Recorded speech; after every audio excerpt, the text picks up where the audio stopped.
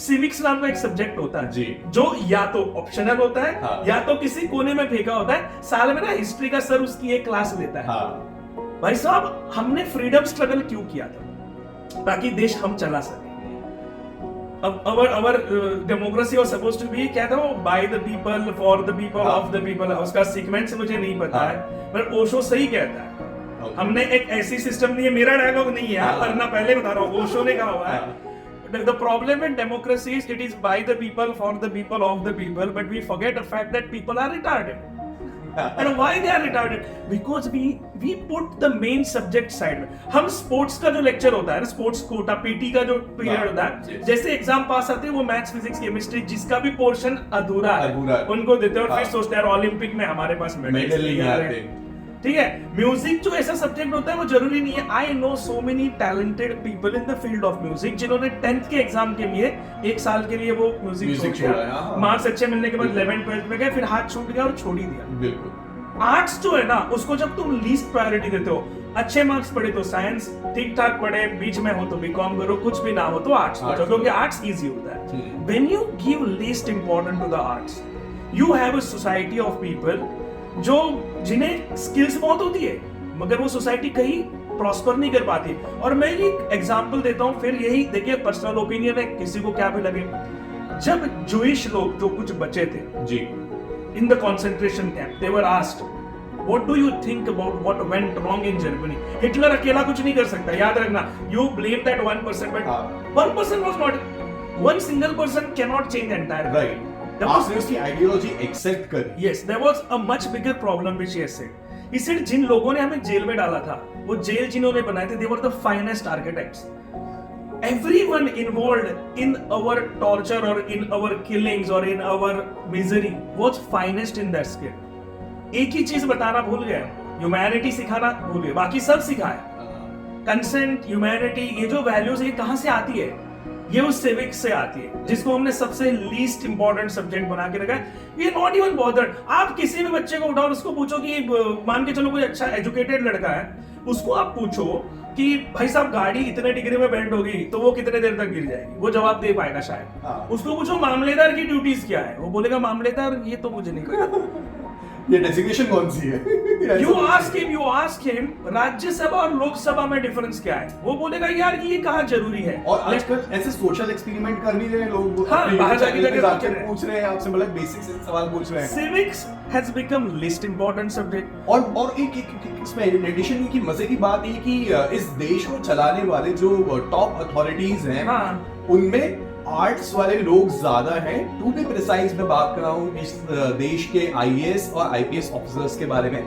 अमूमन देखा जाता है कि उनके जो सब्जेक्ट्स होते हैं जो वो आईएएस के एग्जाम में लिखते हैं, उसमें मोस्ट ऑफ द सब्जेक्ट्स जो हैं आर्ट्स बैकग्राउंड से होते हैं, या तो वो ज्योग्राफी होते हैं, हिस्ट्री होते हैं, ह्यूमैनिटीज होते हैं, हिंदी होता है। तो इस तरह के सब्जेक्ट्स वो चूज करते हैं और वो इस सोसाइटी में बहुत अहम हिस्सा रखते हैं और बहुत एक जबरदस्त उनकी पोजीशन है और पावर है। बट यही हमारे एजुकेशन सिस्टम में उसको सबसे बॉटम में रखा जाता है। इसके ऊपर ना एक बहुत अच्छा मैंने ये देखा, मैं तुम्हें टोकना चाहता हूँ लोगों की तरफ से। लोग पता है क्या कहते हैं, ये आईएएस आईपीएस बनने के लिए आसान सब्जेक्ट लेते हैं, तू भी लेना। मैंने जब होटल मैनेजमेंट ज्वाइन किया, मैं तो बताता हूँ, मैं 10th में 92% मार्क्स मिले मुझे। So I was considered as a brilliant student. I cannot say for myself था कि नहीं यार, मैंने जो भी पढ़ा था, जो मैंने लिखा, मुझे मार्क्स है। 11th 12th में मैं मिजरेबली फेल हो गया मैथ्स में। I failed in maths. I can't believe it now. But I failed in maths. I failed in physics, chemistry. इधर उधर हो रहा था ये वो। So I chose to. My dad said यार देख तेरे को ये जम नहीं रहा है तो कोई दिक्कत नहीं, you try to change your stream after this. So I joined hotel management. Lot of people came and said, even my friends said यार वो तो आसान है। मैंने तू भी लेना, मना किया है क्या? वो क्या ये अप्रोच मुझे नहीं समझ, दूसरों की थाली में घी ज्यादा ही दिखता है आपको। वो बात छोड़ो ना, मुझे ये अप्रोच ही नहीं समझ आता है कि मुझे कोई डिफिकल्ट चीज लेके उसमें महारत हासिल करनी है, बहुत सारी दिक्कत लेके। कौन बताया तुझे? मुझे लोग कहते हैं through out your life you have always chosen easy battles, that's why you win. तुम्हें कैफे शुरू करना था, तुमने पणजी में नहीं किया, मैंने मार्सेल में किया। तब पूरे 20 किलोमीटर सर्कल में किसी का नहीं था। सो पीपल से यार तेरे को तो कंपटीशन नहीं थी। वो स्मार्टनेस है। नहीं, मैंने कहा मैंने इजी बैटल चूज किया, तू करना, तुझे किसने रोका? मेरा सवाल ये कि let us assume I am that guy. मैं हमेशा देखता हूँ यहाँ 50 लोग दौड़ रहे हैं ना, वहाँ 2 दौड़ रहे हैं ना, कैसे भी करके वहां जाते हैं, तीसरा नंबर तो आ ही जाएगा। फिर लोग कहते हैं इसमें कौन सी बड़ी बात है? मैं कहा तू जीता, ट्रॉफी है तेरे पास? नहीं ना, तो भाई साहब मुझे क्यों बता रहा है? Don't talk to.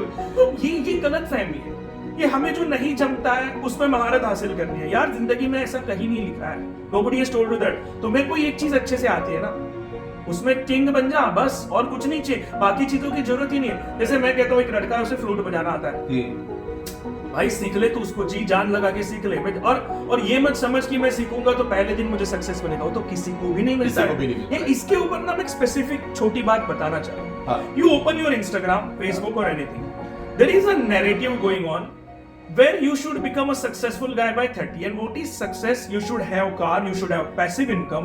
ये passive income का आजकल कीड़ा बहुत चल रहा है, ठीक है? You should have passive income, you should have cars, you should have your own home, और पता नहीं क्या क्या होना चाहिए, लेकिन लाइफस्टाइल डिजीज शब्द यूज होता है अगर ये लाइफस्टाइल डिजीज अट्रैक्ट करने का तरीका है। किसने कहा 30 तक आपको ये करना है? और मैं बताता हूँ कोई पागलों की तरह काम करके 30 तक ये पाएगा ना, हो सकता है वो 40 पे मर भी जाए।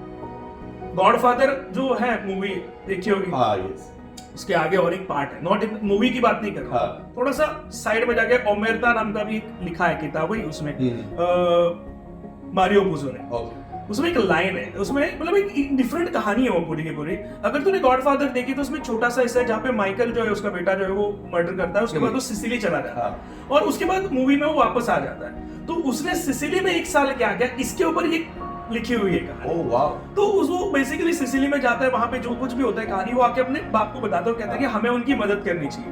तब गॉडफादर एक डायलॉग कहता है जो मैंने ना अपने घर में लिख के रखा है खुद के लिए, live your life not to be a hero but to remain alive. ये ज्यादा जरूरी है, ये ज्यादा जरूरी है। बिल्कुल सही बात। 30 तक हीरो बने और 32 को उड़ गए तो लोग तुम्हें परसों भूल जाएंगे।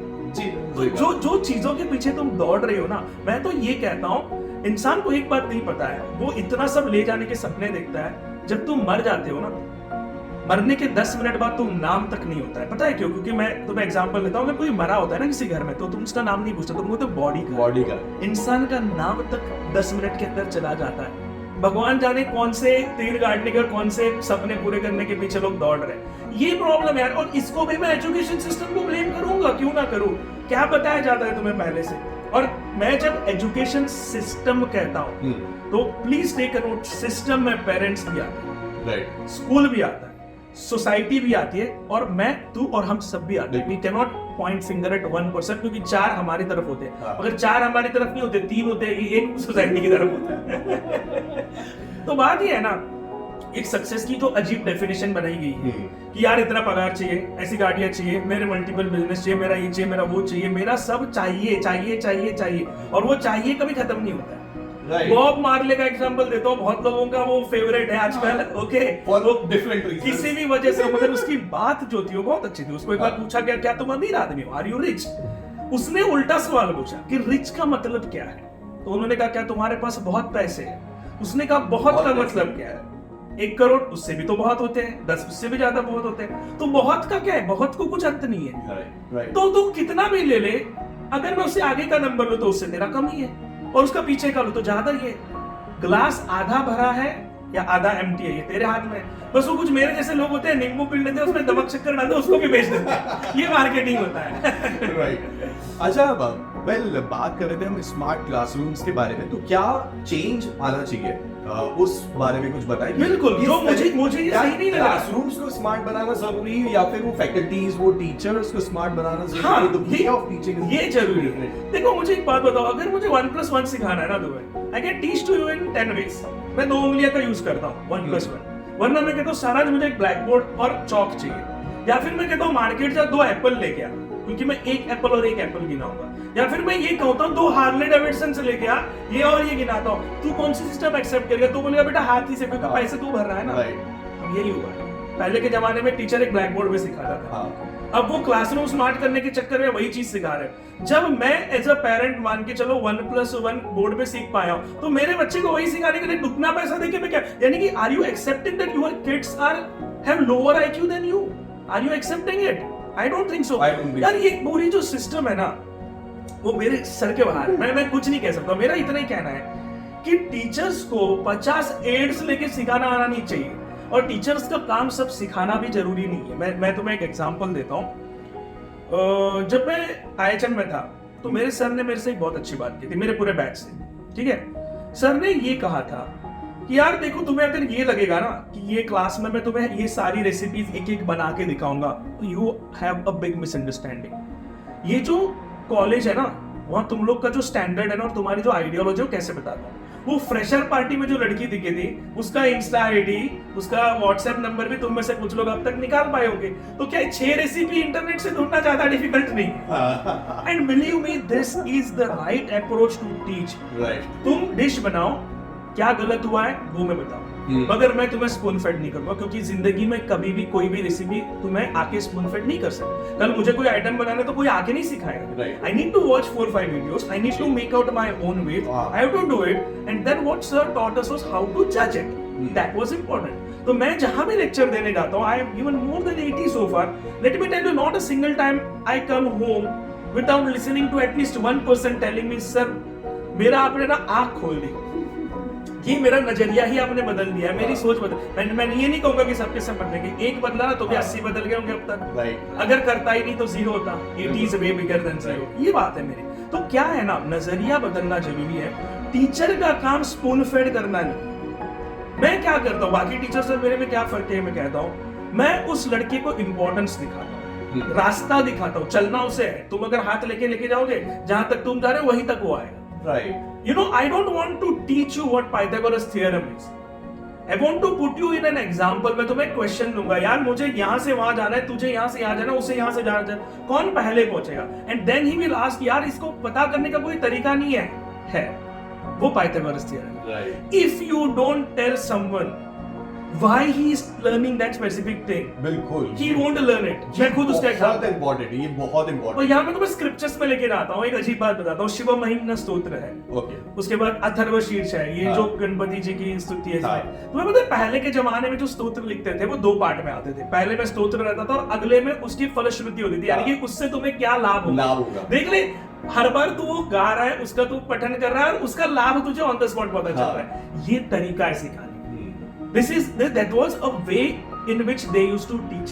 और मैं ऐसा नहीं, मैं अंधा आदमी नहीं हूं, मैं अंधा अनुकरण नहीं करता। मैं ये नहीं कहता कि गुरुकुल सिस्टम सबसे अच्छी थी, but what I can tell you is, without दो smart class boards, without that whatever fugazi you have now, उस जमाने में उन्होंने जो किया था उसके ऊपर वो सोसाइटी टिकी थी इसलिए अब तक पहुंच पाया। So that means you are doing something wrong. We are not ahead of them. There is a big chance अगर मैं कोई चीज हाथ से कर पा रहा हूँ और उसके लिए तुझे मशीन लग रहे हैं, तो तू एडवांस नहीं है भाई, मैं एडवांस हूँ। ये एडवांस की कॉन्सेप्ट मुझे नहीं समझ आ रही। और ये सिस्टम अभी भी चला आ रहा है, क्योंकि जहां तक बात करें बनारस की, वहां पर अभी भी जो मंत्र है, श्लोक है, वो हैंड जेस्चर्स से याद करवाए जाते हैं आपको, एक आपके हिलने के पैटर्न से आपको याद करवाए जाते हैं, या फिर 2-1-1 1-2-2 इस पैटर्न में आपको याद करवाया जाता है कि कौन सा श्लोक 2 बार आएगा, कौन सा 1 बार आएगा। तो आपको फॉर्मूलाज भी लर्न करवा देते हैं मैथ्स के साथ साथ में। पर आप पढ़ रहे हो संस्कृत, श्लोक पढ़ रहे हो, अध्यात्म पढ़ रहे हो, बट उसके साथ में आपकी मैथ्स भी कवर हो रही है। अब अगर तुम देखोगे पहले के जमाने में जो सूत्र लिखते थे वो श्लोक के स्वरूप में था, क्योंकि याद करना इजी हो जाता था। क्योंकि कोई भी चीज अगर श्लोक के स्वरूप में होती ना, अभी जब मैं श्लोक कहता हूँ ना, तो एक बड़ी प्रॉब्लम पता है क्या होती है? लोग कहते हैं देखो हिंदू हिंदू हिंदू हिंदू। एजुकेशन के मामले में let's keep religion aside. What is a shloka? It is a combination of letters, but वो रैंडम नहीं होता है। कितने शब्द आने चाहिए, कहाँ अनुस्वार आना चाहिए, इस हिसाब से तो बनाने वाला बहुत ही तेज होता है। तो तेज लोग सोसाइटी में हमेशा होते हैं, बट चांसेस आर देयर आज भी कोई उतना होशियार हो मगर वो क्लर्क बना पड़ा हो, क्योंकि उसके पापा ने बोला इंजीनियरिंग ले, बहुत स्कोप था। ये हो रहा है, ये हो रहा है। म्यूजिक की फील्ड में जो भी लड़का, जैसे म्यूजिक लड़का लड़की, जो भी इंसान म्यूजिक में इंटरेस्टेड है, वो म्यूजिक छोड़ के कुछ और भी कर रहा है ना, He's wasting his time। कोई आर्टिस्ट होगा यार। बहुत लोग, मतलब मुझे ऐसा फील आ रहा है कि बहुत लोग हमारी बात सुन के उनको ऐसा लग रहा होगा कि यार ये 3 Idiot मूवी का डिस्कशन चल रहा है। What's your opinion on यार 3 Idiot was a beautiful movie, बहुत हिट हो गई, मगर क्या उससे कुछ बदलाव आए? नहीं है। यही प्रॉब्लम है, क्योंकि हमारे में बदलाव क्यों नहीं आता है? यहाँ पे सरकार ने, अभी मैं कहता हूँ न्यू एजुकेशन पॉलिसी आ रही है, अध्ययन फाउंडेशन है गोवा में, उसके तहत मैं भी उनके साथ जुड़ा हुआ हूँ, कोशिश हो रही है, बहुत सारे बदलाव आ रहे हैं। सो सी, आई एम ऑप्टिमिस्टिक पर्सन। मैं कभी भी मेरे देश को, मेरे लोगों को, मेरे सिस्टम को बुरा नहीं कहता हूँ, क्योंकि दुनिया में ऐसी कोई सिस्टम नहीं है जो परफेक्ट है। हम यहाँ बैठ के कहते हैं सिंगापुर एक नंबर देश है, सिंगापुर में जाके देखो वो वहाँ की गलतियां निकाल के दिखा देंगे तो ये तो कॉमन चीज है, कोई भी परफेक्शन नहीं हो सकता है। So I do believe that government is taking certain steps. ये देश इतना बड़ा है ना, you can't change anything overnight, it is not just possible. But NSQF एक होप है जहाँ से हम ये सोच सकते हैं, टाइम लगेगा, जनरेशंस निकलेंगे, मगर इसे फ्यूल करना पेरेंट्स के हाथ है। It is not in the hands of school, क्योंकि देखो व्हेन यू पे फॉर समथिंग, वो जमाना गया जब गुरु शिष्य का एक रिश्ता था और गुरुकुल सिस्टम थी, उसमें पवित्रता थी वगैरह वगैरह वगैरह, वो सब छोड़ दिया। Now education is a business and I have a very simple I am into business 24/7। मेरा पैसा जो भी हो बिजनेस से आता है, तो मेरा बिजनेस में एक ही कहना है यार, आजकल प्रोडक्ट सही से डिलीवर नहीं हो रहा, प्रोडक्ट सही से डिलीवर नहीं हो रहा, ये मेरी प्रॉब्लम है। मुझे यार ये बिजनेस ही करना है, मैं ये नहीं कहता। मेरा सपना है कि मैं एक दिन एक स्कूल शुरू करूं, मेरा भी एक सपना है, मैं एक स्कूल शुरू करना चाहता हूं जहां ये अरिंदम चौधरी ने एग्जैक्टली क्या किया था मुझे प्रॉपर मैंने रीड नहीं किया, मगर जहां तक मुझे अंदाजा है उसकी डिग्री बाद में डिस्क्वालीफाई की गई। Okay, I have no problem with his degree getting disqualify. उसकी डिग्री जो भी थी उसके तहत लोगों को जॉब तो मिली थी, तभी तो वो इतना ऊपर गया था। सो चांसेस आर देयर आपने उसके कागज को बैन किया, उसके कुछ गलत कामों को बैन किया, मगर यू हैव टू सी, देख बॉलीवुड में एक तरीका है, बॉलीवुड में जो भी गलत करता है ना उसने क्या सही किया ये दिखाने का एक मंच है। बॉलीवुड हॉलीवुड दोनों जगह है मूवी इंडस्ट्री में। तो मैं उसके उस एग्जांपल से वो लेना चाहता हूँ, I have a dream where I want to create a system. अगर ये लड़का मेरे पास 15 साल पढ़ा है ना, इसको आप बिंदास जॉब दे दो, कहीं भी काम करने के लायक, ये सिस्टम चाहिए। और इसीलिए मुझे चीपर बाय द डजन, मैंने 2 किताबें कही थी, पहले मैंने तो चांद गई थी, दूसरी की बात मैंने की नहीं थी। चीपर बाय द डजन मैंने जब पढ़ी थी, मैं हार्डली 4th या 5th standard. It is a story of a dad and mom, like a family जिनके 12 बच्चे थे, चीपर बाय डजन, और वो 12 गलती से नहीं हुए थे। They decided कि हमें 12 बच्चे चाहिए। ये उस जमाने की बात है जब पॉपुलेशन कंट्रोल उतनी समस्या नहीं, इन इंग्लैंड, ओके, तो हम उसकी बात नहीं करेंगे, but they had this dream that we will have 12 kids। और अब एक बच्चा नहीं संभाला जा रहा है, 12 को संभाला, 12 के 12 सक्सेसफुल हो गए लाइफ में। तो उन्होंने ये किताब लिखी थी, सीख किताब कौन लिखता है, जो सक्सेसफुल होता है वही तो लिखता है। So they wrote a book about their parenting. ये पेरेंटिंग के ऊपर बहुत अच्छी किताब है। ओके, और याद रखिएगा ये जो एजुकेशन है वो पेरेंटिंग ही होता है, क्योंकि पेरेंट्स को बच्चों को एजुकेशन देना है और एजुकेशन देने वाले एक पेरेंट्स की बराबर ही होते हैं। सो ये किताबें पढ़ना बहुत जरूरी है टीचर बनने के लिए। बीएड में ये लगाओ यार, उनको क्या ये बना के लेके आओ, बच्चों को उसको धरती के बारे में सिखाना है ना तो ग्लोब बना के लेके आओ, बोलते हैं अरे ग्लोब मिलता है मार्केट। कुछ भी स्टूपिड काम मत कराओ टीचरों से या किसी से भी। स्कूल में किसी चीज को घड़ी में, मुझे याद है घड़ी के बारे में सिखाया जा रहा था, तो बोला गया असाइनमेंट घर से घड़ी बना के लेके आओ। यार you are teaching me a watch making course और how to read time. So you when you come up with stupid aids, this is what happens. This is, और ये मैंने अपना एग्जांपल दिया है जो मैंने दिया। मेरे स्कूल में ऐसी चीजें हुई थी, ऐसे कुछ भी जू के बारे में सिखा रहे तो मॉडल बना के लेकर आओ, चार्ट पे सारे जानवरों को चिपका के लेके आओ। यार इससे क्या हो रहा है? वैसे तो मैं खुद ही जू के खिलाफ हूँ, ये तो बात है ही है, क्योंकि जैसे मैंने कहा कंसेंट फ्रीडम से बड़ा कुछ नहीं होता है। तो in short, if I want to start a system, if I am given a chance to run a school और college, what I will do is first and foremost simplify कर दो चीजों को, क्योंकि किसने कहा सबको कॉम्प्लेक्स चीजें आनी चाहिए। यार तुझे सिंपल चीजें आती है ना, उस बच्चे को हैप्पीनेस क्या होता है ये दिखाओ, उसे स्ट्रगल क्या है ये दिखाओ, उसको मार्क्स से ज्यादा जिंदगी में बाकी चीजें जो इंपॉर्टेंट है वो दिखाओ। मैं कहता हूँ फेलियर को एक्सेप्ट करना बहुत बड़ी स्किल है। Right, You might be the topper in the class, और अचानक किसी दिन तुम सिक थे एग्जाम के दिन और तुम फेल हो गए, और तुम्हें अगर फेलियर एक्सेप्ट करना नहीं आता है ना, there is a big chance ऐसे लोग सुसाइड करते हैं। राइट, और मतलब I have addition to this, इसीलिए मैं मानता हूँ कि स्पोर्ट्स मतलब बहुत ज्यादा आपकी लाइफ में एक इम्पोर्टेंट बहुत जरूरी है। क्योंकि स्पोर्ट्स में कई बार ऐसा होगा कि सामने वाला बहुत बेटर परफॉर्म कर रहा है, आप अपने 110% परफॉर्मेंस दे रहे हो, but still you will lose, और वो आपको जो हार है वो ना चाहते हुए भी एक्सेप्ट करना ही पड़ेगी। You know what it is called? There is a word for it, which I love. Sportsmanship कहते हैं। Right. आप मैथ्स के एग्जाम लेते हो, मैं और तुम, मुझे कम मार्क्स मिलते हैं और मैं दुख नहीं होता हूँ, मैं आगे तुम्हें हाथ मिलाता हूँ। हाँ। This is called sportsmanship, क्योंकि स्पोर्ट्स टीचर है। ये क्या है ना, करियर में मैं बहुत सिंपल बताता हूँ, तुम्हें एजुकेशन सिस्टम बदलनी है, जो चीजें फालतू मानी जा रही है ना, जिसको वैल्यू नहीं है ना, उसे सबसे इंपॉर्टेंट बना दो। हाँ। और जिसे सबसे इंपॉर्टेंट बना के चले ना, उसको लीस्ट इंपॉर्टेंट बता दो।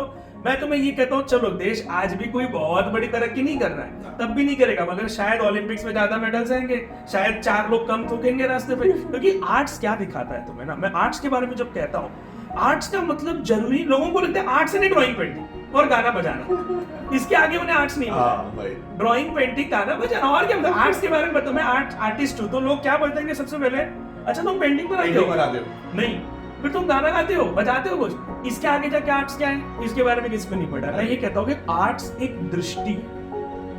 मुझे गाना भी नहीं आता अच्छे से, मुझे बजाना भी नहीं आता, मैं उतना ग्रेट पेंटर हूँ नहीं, ओके मुझे थोड़ा बहुत स्केचिंग थोड़ा सा आता है। मैं बहुत सुंदर और टेस्टी खाना बनाता हूँ। हाँ, it's an art. It's an art. Art मतलब क्या है पता है? आर्ट मतलब किसी भी चीज को परफेक्शन करना, किसी एक चीज को, जरूरी नहीं देख मुझे गाना नहीं आता है मगर लता मंगेशकर शायद मेरे जैसा पिज्जा ना बना पाए। तो क्या है ना, बात ये है कि society needs people who are good at something and arts is the way of life. मैं तुम्हें बताता हूँ why arts is the most important thing. इसके पीछे बहुत अच्छी वजह है। You look at any rich people, you know what they choose in their life, they always choose to become designers. Right, most of the rich kids have fashion brands. Yes, क्यों? क्योंकि उनके बाप ने बहुत पैसा लगाया। This is one good way of putting them down. मैं ना नहीं कह रहा हूं, but you can think in this way also. Alia Bhatt है, नेपोटिज्म की वजह से आई है, जैसे किसी को कहना है कहने दे, but why she chose cinemas. उसके बाप के पास अगर इतना पैसा था वो 4 फैक्ट्रियां डलवा देती किसी चीज से, घर बैठ के पैसा भी कमाती, ये भी तो ऑप्शन था ना। Why she choose that. किसी के बेटे देखे कि आप आर्टिस्ट बन रहे हो, कोई वो देखेगा, इसके पीछे लोग कहेंगे टैक्स की वजह सब कुछ है, but then I always tell them उसके पास और भी तो ऑप्शन थे। When you are super rich, बिल्कुल, यू हैव 100 अदर ऑप्शंस। और यार ये नेपोटिज्म वाली बात चलो है सही, और क्यों ना करे। मेरे को लगता है कि अगर मेरे पास में कोई चीज है तो मैं दूंगा ना अपने बच्चों को, क्यों ना। अच्छा, एक सिंपल सी बात है कि अगर मेरा कोई बहुत बड़ा बिजनेस है, सपोज करते हैं कि आज रजत का एक कैफे है जो आगे चल के बहुत बड़ा एक फाइन डाइनिंग रेस्टोरेंट में कन्वर्ट हो जाता है, तो क्या वो अपने बच्चों को वो इनहेरिट नहीं करेगा आगे? कानून हम कर सकते हैं यार, ठीक है, तो हाँ बाय लॉ ये नेपोटिज्म की जो बात है ना, हाँ, बट उसमें एक कंडीशन भी है कि वो रजत के बच्चे के ऊपर डिपेंड करता है वो चला पाएगा कि नहीं चला पाएगा। तो आलिया भट्ट अगर इंडस्ट्री में आई है, क्या वो वाकई में इतनी अच्छी एक्ट्रेस है कि वो सरवाइव कर पा रही है? क्योंकि ऐसे बहुत सारे एक्टर्स हैं जिन्होंने अपने बच्चों को बहुत बार लॉन्च किया, वो नहीं कर पाए। देखो मार्केट जो है ना वो बिना टैलेंट के आपको टिकने नहीं देते। एग्जैक्टली। और टैलेंट क्या ये तू और मैं डिसाइड नहीं कर सकता। और कुछ लोग कहते हैं सोनाक्षी सिन्हा को अच्छी एक्टिंग नहीं आती, कुछ लोग कहते हैं, जिसका उसका ओपिनियन है। उसकी मूवी चले ना चले वो एक्टिंग कर रही है, उसको पैसा मिल रहा है, चलो उसके बाप ने उसको बार बार लॉन्च किया है, तू क्या कर सकता है इसके बारे में? तेरे बाप ने तो तुझे नहीं किया ना, तू कोशिश कर, तू अपने बेटे को या बेटी को कर सके। What is the point in whining about it? Okay, ऐसा क्या ना, ये देखो ये मैं मार्केट में चलता हूँ और मार्केट मुझे एक बात, मैं मार्केट के ऊपर पूरा भरोसा करता हूँ। मार्केट उसी चीज को चलाता है जो मार्केट चाहता है, और मार्केट क्या चाहता है तू और मैं डिसाइड नहीं कर सकते। सही बात। Market is collection of people with different sentiments who just decide to agree on something. If they say Maggi अच्छी लगती है तो मैगी अच्छी लगती है, उससे अच्छा प्रोडक्ट उतार दे मार्केट में। मार्केट को पसंद नहीं आया तो नहीं आया, सही बात। You can't do anything। हाँ, वो आप फोर्सफुली किसी के ऊपर भी कोई चीज डाल नहीं सकते हैं। करेक्ट। और इसीलिए मैं सोच रहा हूँ कि अभी फोर्सफुली और ज्यादा मुझे लगता है कि बातें नहीं डालनी चाहिए, क्योंकि ये ऑलरेडी हमारी बात काफी लंबी चल चुकी है। सो कुछ सम अप करना चाहूंगा मैं जो आज हमारी बात यहाँ पर हुई है, और जैसे कि हमारी शो की थीम है हम गोवा के बारे में बात करते हैं, तो आज आपको हमारी बात सुन के ये पता चला होगा कि गोवा में भी एजुकेशन को प्रायोरिटी दी जाती है, जिसके लिए कुछ स्किल डेवलपमेंट प्रोग्राम जो government run skill development programs है उनको रन किया जा रहा है। 2015 से शायद शुरू हुआ था, लगभग ऐसे, मतलब मुझे एग्जैक्ट डेट पता नहीं, right, मैं तो बाद में जुड़ा था। हाँ, तो ये एक काफी लंबे समय से मुहिम शुरू हुई है जिसको बदलने की कोशिश यहाँ पर कर रहे हैं, एजुकेशन सिस्टम को चेंज करने की कोशिश कर रहे हैं। और हर बच्चा गोवा में कोई शॉप ओपन करके नहीं बैठता है, या फिर हर बच्चा टूरिज्म इंडस्ट्री से नहीं जुड़ा होता है, तो ऐसा बिल्कुल भी ये नहीं है। एक मिथ जो यहाँ पर हमें क्लियर करना चाहिए। स्मार्ट क्लासरूम्स की कॉन्सेप्ट काफी अच्छी है, उसको पूरी तरह से नकारा नहीं जा सकता है। ये कुछ बात का सारांश मैं बता रहा हूं। हर बार मुझे सारांश बता। हाँ, तो कुछ यहाँ पर स्मार्ट क्लासरूम्स को नकारा नहीं जा सकता, बट उसे बेटर बनाने की कोशिश की जा सकती है बाय टीचर्स को उतना एजुकेट करके कि वो स्मार्ट क्लासरूम को कितना स्मार्टली यूज कर सकते हैं। इस बारे में हमारी यहाँ पर आज बात हुई है। तो ये सारी बात जो है एजुकेशन से जुड़ी हुई है, और ये सिर्फ गोवा सेंट्रिक नहीं पूरे देश में लागू होती है और एप्लीकेबल है। और मुझे लगता है कि इसे अगर ये वीडियो वाकई में उन अथॉरिटीज तक, हमारे पॉडकास्ट उन अथॉरिटीज पहुंच पाता है, तो इस पे वाकई में कुछ ऐसे ठोस एक्शंस और भी पेरेंट्स तक जाता है। और पेरेंट्स तक ज्यादा, ये एक बहुत इंपॉर्टेंट चीज। सबसे बड़ी दिक्कत पेरेंट्स में है, हाँ, टीचर्स बिल्कुल। में नहीं है। Right. याद रखो पेरेंट्स। जी हाँ, और ये एक और अच्छा आपने मुद्दा बोला है कि सिर्फ एजुकेशन सिस्टम को आप स्कूल्स, कॉलेजेस या एजुकेशन इंस्टीट्यूशंस नहीं बोल सकते हैं। It is your responsibility also कि अगर आपके घर पे आपकी हाउस हेल्प आती है, उसके बच्चे को अगर थोड़ी सी पढ़ाई की मदद की, सपोर्ट की जरूरत है, तो वो आप ऑफर करें। और जितनी भी आपकी कैपेबिलिटी में बनती है मेहनत, आप उसके लिए कोई एफर्ट दे सकते हैं तो वो जरूर दें। जिस तरह से रजत एक कैफे चला के, एक केटरिंग बिजनेस चला के भी एजुकेशन की फील्ड में कंट्रीब्यूट कर रहे हैं, तो इसी तरह से आप भी अपने इंटरेस्ट की फील्ड में कंट्रीब्यूट कर सकते हैं। और ऐसा ही कंट्रीब्यूशन मैं सारांश आपके लिए the talk show with RJ इस शो के माध्यम से करना चाह रहा हूँ। आपको अगर हमारी बात अच्छी लगी है तो इस वीडियो को लाइक कीजिएगा और कमेंट कीजिएगा हमारी बातों पे। आपको जो भी लगता है आप हम कमेंट कर सकते रिप्लाई हैं। जरूर करेंगे क्योंकि मेरे पास बहुत टाइम है और सीजन चल रहा है। तो हम रिप्लाई करने की भी आपको बिल्कुल कोशिश करेंगे, वहाँ पे करेंगे भी रिप्लाई। तो एक अच्छा डिस्कशन, शायद हमें आपका ये नजरिया पता वैसे चलेगा। एक टॉक देना है तो मैं अवेलेबल हूँ फिलहाल। बिल्कुल। और अगर आप चाहते हैं कि आप रजत से कांटेक्ट करें तो आप मुझे भी मैसेज कर सकते हैं, तो मैं आपको रजत से कांटेक्ट करवा दूंगा। आरजे सारांश आप मुझे कहीं पर भी सर्च कर सकते हैं, तो आप मुझे मैसेज कीजिए, आप रजत से कांटेक्ट कर सकते हैं उस जरिए से। बहुत बहुत शुक्रिया रजत टाइम निकालने के लिए। Thank you. Thank you so much, आप यहाँ पर आए। और मेरा it was my first opportunity. Right. अभी तक कभी पॉडकास्ट के मौका मिला नहीं है जी। क्योंकि कोई ऐसा बड़ा काम तो किया नहीं है। जो भी कर रहा हूँ तुम्हें लगा, जी। You give me the opportunity, so you know I would love to thank you for the opportunity also. ये सबसे ज्यादा जरूरी होता है, ये एक्सपोजर मिले। Best of luck, you know we will try to put more good people here who you know जिनका आवाज बाकी जगह सिर्फ सेलिब्रिटीज की सुनी जा रही है। एग्जैक्टली। तो हम लोग कोशिश करेंगे कि नॉन सेलिब्रिटी लोग जो है, जो मैं जानता हूँ, जिन्हें जो मुझे लगे मैं तुम्हें जरूर रेफर करूंगा। We will I hope that best of best people sit here and you know give their best. शुक्रिया बहुत बहुत। और हमारा मोटिव यही है कि जो लोग सोसाइटी की वाकई में कुछ कर रहे हैं, if the main stream media is not capturing them, हम उन्हें यहाँ पर लेकर आए और सोसाइटी में कुछ डिफरेंस क्रिएट करने की कोशिश करें। Thank you so much. Thank you so much.